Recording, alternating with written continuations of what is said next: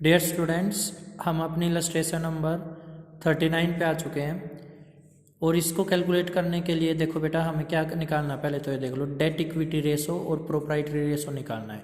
बेटा आप क्वेश्चन देख लो और खुद से ट्राई करो। मैं यहीं रुक जाता हूँ, मेरे को पॉज कर दो बेटा आप, और ईमानदारी से खुद करो एक बार, ठीक है।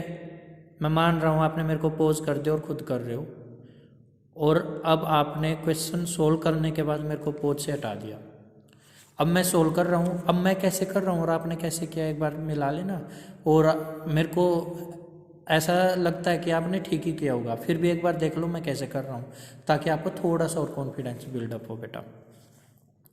देखो हमारे पास इक्विटी शेयर कैपिटल है 15 लाख, जनरल रिजर्व है 10 लाख, प्रॉफिट एंड लॉस का बैलेंस है 1 लाख, और ये बेटा डेबिट बैलेंस है। कैसे पता सर?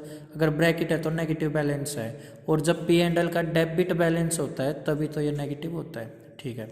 6% डिबेंचर, बेटा याद रख लेना, डिबेंचर लॉन्ग टर्म लोन होता है, तो ये हमारा आ गया 6% debenture 10 lakh. Loan from ICICI 7 lakh, current liability 4 lakh, goodwill 5 lakh. बेटा गुडविल नॉन करंट एसेट में आते हैं, याद रख लेना। अच्छा, अदर करंट एसेट है 22 लाख और करंट एसेट है 18 लाख, ठीक है भाई। मैं आपको एक बैलेंस शीट में एक नई चीज़ याद कराऊंगा अभी, जो आपके यहाँ पर यूज़ भी हो रही है। हम याद करेंगे कि करंट लाइबिलिटी में और नॉन करंट लाइबिलिटी में क्या क्या आता है, ठीक है। फिर ऐसे ही हम करंट एसेट में और करंट लाइबिलिटी में क्या, करंट एसेट और नॉन करंट एसेट में क्या क्या आता है वो भी याद कर लेंगे। पर एकदम सारा नहीं याद करेंगे हम, क्योंकि बेटा फिर वो ज़्यादा थोड़ा सा हेक्टिक हो जाता है, उसको याद रखना। तो मैं अभी केवल आपको करंट लाइबिलिटी और नॉन करंट लाइबिलिटी में क्या क्या आता है वो याद करा रहा हूँ। चलिए बेटा, देखा बेटा यहाँ पर आओ।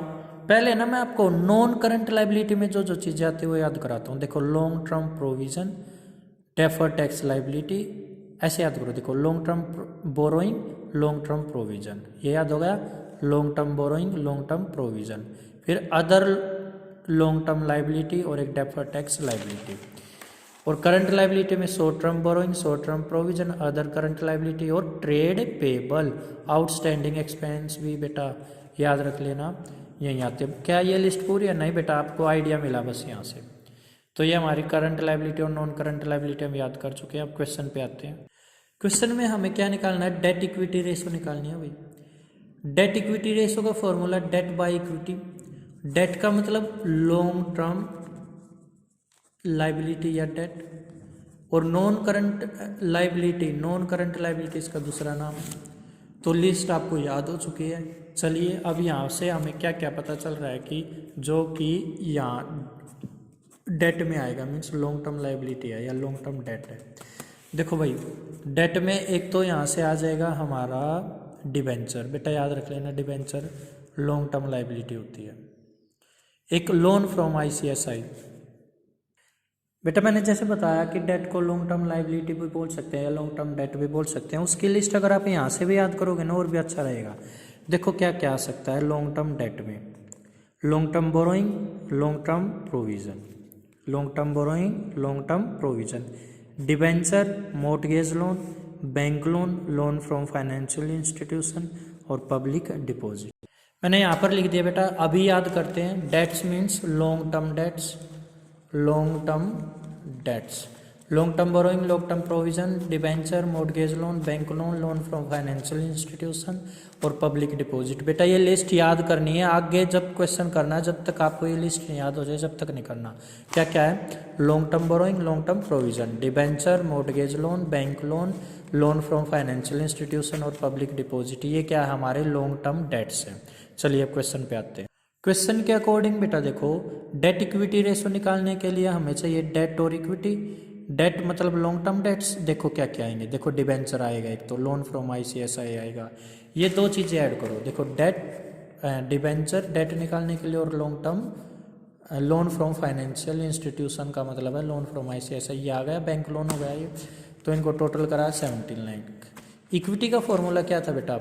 इक्विटी में इक्विटी शेयर, देखो इक्विटी में क्या आता है? Equity share, preference share, reserve कोई भी हो, जैसे general reserve, capital reserve, capital redemption reserve, debenture redemption reserve, P and L का क्रेडिट बैलेंस हो तो प्लस करेंगे, डेबिट हो तो माइनस करेंगे, ये चीज़ें आती थी।